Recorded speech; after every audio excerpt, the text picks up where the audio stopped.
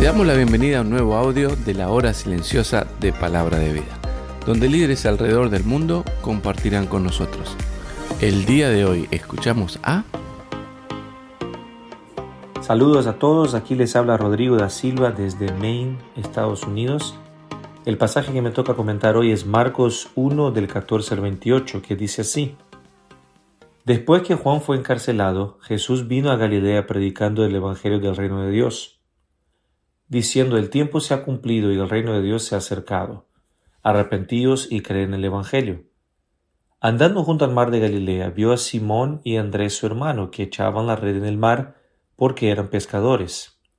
Y les dijo Jesús: venid en pos de mí, y haré que seáis pescadores de hombres. Y dejando sus redes, le siguieron.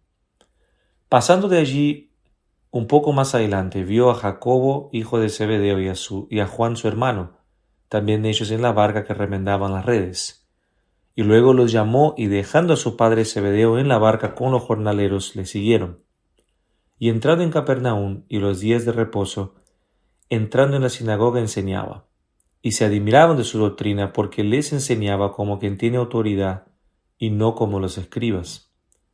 Pero había en la sinagoga de ellos un hombre con espíritu inmundo, que dio voces, diciendo: ¡Ah! ¿Qué tienes con nosotros, Jesús Nazareno? ¿Has venido para destruirnos? Sé quién eres, el Santo de Dios. Pero Jesús le reprendió diciendo: cállate y sal de él. Y el espíritu inmundo, sacudiéndole con violencia y clamando a gran voz, salió de él.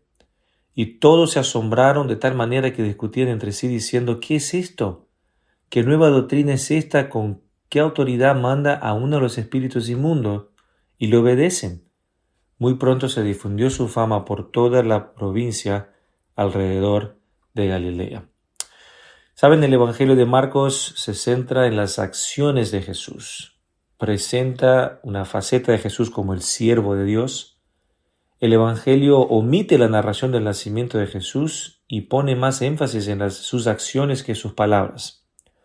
Hay unas 40 repeticiones del adverbio griego que se traduce como enseguida y de inmediato en español. Aquí yo puedo ver en este pasaje que leímos hoy 3 elementos que estuvieron en el ministerio del Señor Jesús y que deben estar en nuestro ministerio. Pensá en tu ministerio, yo pienso en el mío, y aquellos que todavía no tienen ministerio, cuando lo tengas, esos 3 elementos tienen que estar presentes porque lo estuvieron en el ministerio del Señor y por lo tanto debemos seguir su ejemplo. En primer lugar, de versículos 14 y 15, vemos que inmediatamente luego de pasar por la tentación, lo cual Marcos brevemente menciona en 2 versículos nomás, vimos que Jesús empieza a predicar el Evangelio. Y bien claro, todos tenemos talentos, usted y yo tenemos talentos, capacidades naturales que recibimos cuando nacimos físicamente. Algunos son buenos con la música, tienen musicalidad. Algunos son creativos, algunos son buenos con los deportes. Y saben, todas esas cosas deben ser utilizadas para el reino, como nos dice 1 Corintios 4:7, ¿qué tienes que no hayas recibido? Y es una pregunta retórica porque la respuesta es nada. Todo lo que tienes de lo que yo tengo, lo hemos recibido y lo tenemos que utilizarlo para Él. Todos tenemos un don espiritual, una capacidad sobrenatural que recibimos en el momento de nuestro nacimiento espiritual. Y es nuestro deber descubrir ese don, desarrollarlo y desplegarlo para el Señor, 1 Pedro 4:7. Pero además de esas 2 cosas, tenemos el privilegio y el encargo de predicar el Evangelio. En el mismo libro, en Marcos 16:15, al final, dice: y les dijo el Señor, id por todo el mundo y predicad el Evangelio a toda criatura.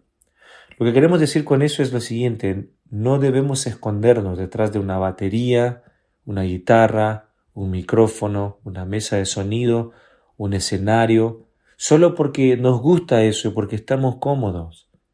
Debemos seguir haciendo, tocando, dirigiendo, ayudando, cocinando, guiando, pero cada uno de nosotros tiene la responsabilidad personal de predicar el Evangelio.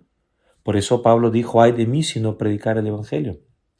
No solo la predicación del Evangelio tiene que estar en tu ministerio, en el mío, sino que también del versículo 16 al 20, donde vimos que el Señor llama a los 4 primeros discípulos, aprendemos que debemos tener personas que nos ayuden.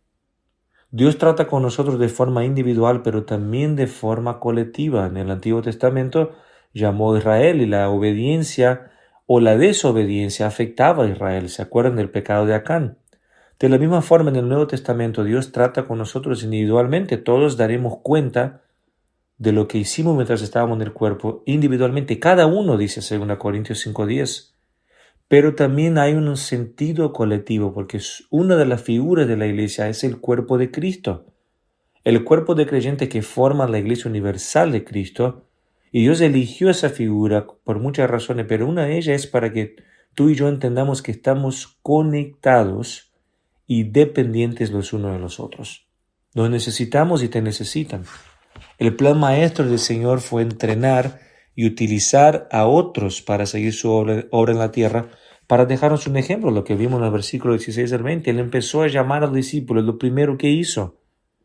Saben, tú y yo tenemos la tendencia de pensar que podemos solo, que somos únicos, que somos especiales, que no necesitamos a nadie, pero el plan de Dios es que trabajemos con personas, y mientras trabajemos con personas, Dios formará nuestro carácter. Mientras ayudemos y colaboremos y hayan diferencias de opiniones y hayan problemas y conflictos y roces, es parte para que maduremos, colaborar con otros. No lleves la carga tú solo, mi hermano, mi hermana. Dios puso personas a tu lado para ayudarte. Mirar los ministerios que Dios te ha dado, yo miro los míos y preguntémonos, ¿tenemos y permitimos que otros nos ayuden? Porque el Señor mismo no solo predicó el Evangelio, sino también se rodeó de personas para ayudar, para entrenar y para encargar para continuar su obra. En tercer y último lugar, para terminar, no solo esas dos cosas de la predicación y las personas que nos ayudan, sino algo muy importante. Del verso 21 y 28 está el exorcismo que el Señor hizo, probando que tiene poder sobre el campo espiritual. Y este es el tercer elemento, el poder espiritual. Desde el comienzo de la iglesia, el Señor le dijo a los apóstoles, ¿te acordás de Hechos 1:8? Esperen, quédense en Jerusalén hasta que venga el Espíritu, no salgan para hacer la obra. La victoria de la tentación en los pasajes anteriores, 12 y 13, que lo trata Mateo con más detalle en el otro evangelio sinóptico, se venció en el poder del Espíritu. El Señor no venció la tentación por citar las Escrituras simplemente, por un ejercicio de mencionar palabras como si fueran mágicas, sino porque el Señor venció la tentación al vivir las Escrituras, al citarlas y al creer y al vivirlas y realmente poner a Dios en primer lugar. Si bien nosotros quizás no practiquemos un exorcismo como el de Jesús en el texto de hoy, hacemos cosas que tienen lucha espiritual.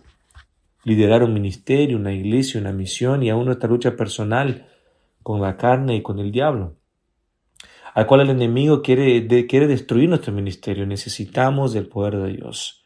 ¿Sabe, hermano, hermana? El poder de Dios no viene por ser de una denominación. Yo soy bautista, soy hermano libre, o soy de tal denominación. O de un movimiento, yo soy reformado, o no soy reformado, soy de los nuevos o de estos.